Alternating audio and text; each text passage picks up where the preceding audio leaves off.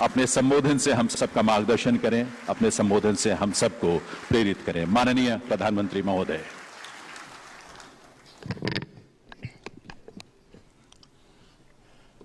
कार्यक्रम में उपस्थित सुप्रीम कोर्ट के मुख्य न्यायमूर्ति Shri N V. Ramana ji, justice Shri U Lalit ji, justice Shri D Y. Chandrachud ji, केंद्र सरकार में मेरे सहयोगी और देश के कानून मंत्री श्री किरण जी, सुप्रीम कोर्ट के ऑनरेबल जजेस, हमारे साथी राज्य मंत्री श्रीमान SP. Baghel ji, high court के ऑनरेबल जजेस, डिस्ट्रिक्ट लीगल सर्विसेज अथॉरिटी के चेयरमैन और सेक्रेटरीज, सभी सम्माननीय अतिथिगण, देवी और सज्जनों, भारत की न्याय व्यवस्था का नेतृत्व कर रहे आप सभी के बीच आना हमेशा एक सुखद अनुभव होता है, लेकिन बोलना जरा कठिन होता है।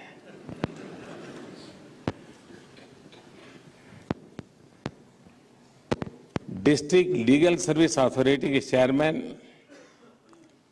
और सेक्रेटरीज की ये इस तरह की पहली नेशनल मीटिंग है और मैं मानता हूं कि एक अच्छी शुभ शुरुआत है, मतलब ये आगे भी चलेगा।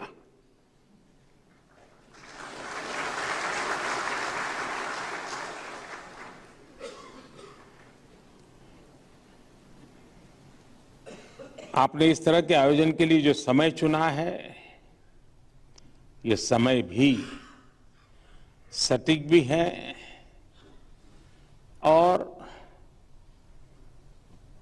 ऐतिहासिक दृष्टि से महत्वपूर्ण भी है। आज से कुछ ही दिन बाद देश अपनी आजादी के 75 साल पूरे कर रहा है। ये समय हमारी आजादी के अमृतकाल का समय है। ये समय उन संकल्पों का है जो अगले 25 वर्षों में देश को नई ऊंचाई पर ले जाएंगे। देश की इस अमृत यात्रा में ईज ऑफ डूइंग बिजनेस और ईज ऑफ लिविंग की तरफ ईज ऑफ जस्टिस भी उतना ही जरूरी है। नेशनल लीगल सर्विस अथॉरिटी और सभी डिस्ट्रिक्ट लीगल सर्विसेज अथॉरिटीज इसमें बहुत बड़ी भूमिका निभा सकते हैं। इस आयोजन के लिए विशेष करके ललित जी को और आप सबको बहुत बहुत बधाई भी देता हूं, बहुत बहुत शुभकामनाएं देता हूं। हमारे यहां न्याय की संकल्पना में कहा गया है, अंगेन गात्रम नयने वक्त्रम न्यायेन राज्यम लवणेन भोज्यम, अर्थात जैसे विभिन्न अंगों से शरीर की, आंखों से चेहरे की और नमक से खाने की सार्थकता पूरी होती है, वैसे ही देश के लिए न्याय भी उतना ही महत्वपूर्ण है। आप सब यहां संविधान के एक्सपर्ट्स और जानकार हैं। हमारे संविधान का आर्टिकल 39A, जो कि directive principle of state policy के अंतर्गत आता है, उसने लीगल एड को बहुत प्राथमिकता दी है। इसका महत्व हम देश में लोगों के भरोसे से देख सकते हैं। हमारे यहां सामान्य से सामान्य मानवी को ये विश्वास होता है कि अगर कोई नहीं सुनेगा तो अदालत के दरवाजे खुले हैं।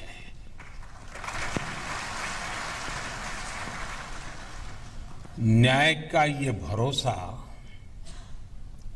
हर देशवासी को ये एहसास दिलाता है कि देश की व्यवस्थाएं उसके अधिकारों की रक्षा कर रही हैं।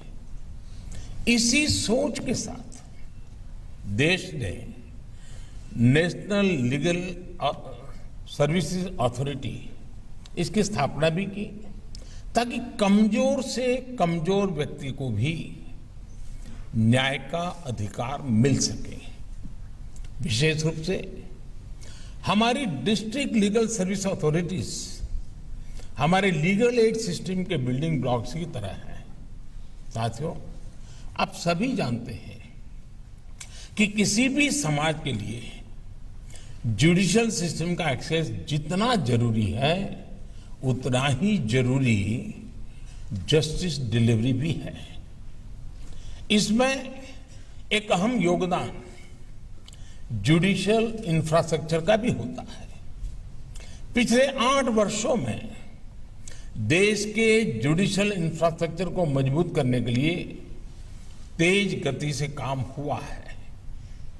जुडिशियल इंफ्रास्ट्रक्चर को आधुनिक बनाने के लिए 9,000 करोड़ रुपए खर्च किए जा रहे हैं। देश में कोर्ट हॉल्स की संख्या भी बढ़ी है।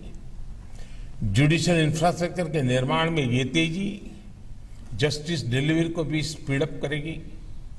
साथियों, दुनिया एक अभूतपूर्व डिजिटल रिवॉल्यूशन की साक्षी बन रही है और भारत इस रिवॉल्यूशन का प्रमुख केंद्र बनकर उभरा है। कुछ साल पहले देश जब भीम यूपीआई और डिजिटल पेमेंट्स की शुरुआत कर रहा था तो कुछ लोगों को लगता था कि ये छोटे से क्षेत्र तक सीमित रहेगा, लेकिन आज हम गांव-गांव में डिजिटल पेमेंट होते देख रहे हैं। आज पूरी दुनिया में जितने रियल टाइम डिजिटल पेमेंट्स हो रहे हैं उसमें दुनिया में उसमें 40% अकेले भारत में हो रहे हैं। रेहड़ी पटरी और ठेले वाले लोगों से लेकर गांव गरीब तक डिजिटल पेमेंट अब हर व्यक्ति के लिए सहज दिनचर्या का हिस्सा बन रहा है। जब देश में इनोवेशन और एडेप्टेशन की इतनी स्वाभाविक क्षमता हो तो जस्टिस डिलीवरी में टेक्नोलॉजी के इस्तेमाल के लिए इससे बेहतर समय नहीं हो सकता है। मुझे खुशी है कि सुप्रीम कोर्ट के निर्देशन में देश की न्याय व्यवस्था इस दिशा में तेजी से आगे बढ़ रही है। ई कोर्ट मिशन के तहत देश में वर्चुअल कोर्ट शुरू की जा रही है।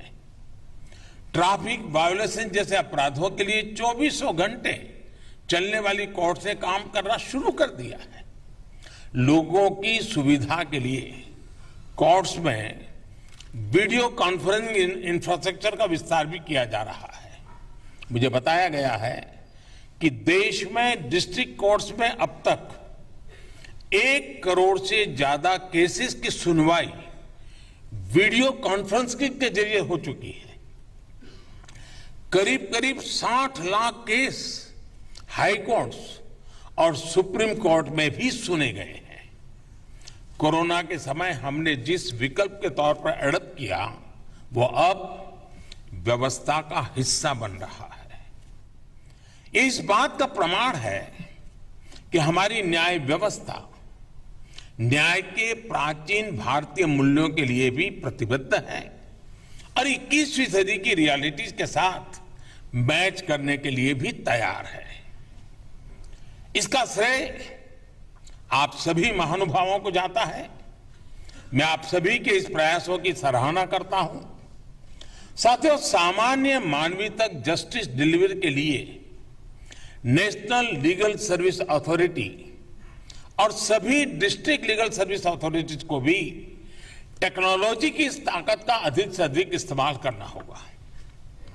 एक आम नागरिक संविधान में अपने अधिकारों से परिचित हो, अपने कर्तव्यों से परिचित हो, उसे अपने संविधान और संवैधानिक संरचनाओं की जानकारी हो, रूल्स और रेमेडीज इसकी जानकारी हो। इसमें भी टेक्नोलॉजी एक बड़ी भूमिका निभा सकती है।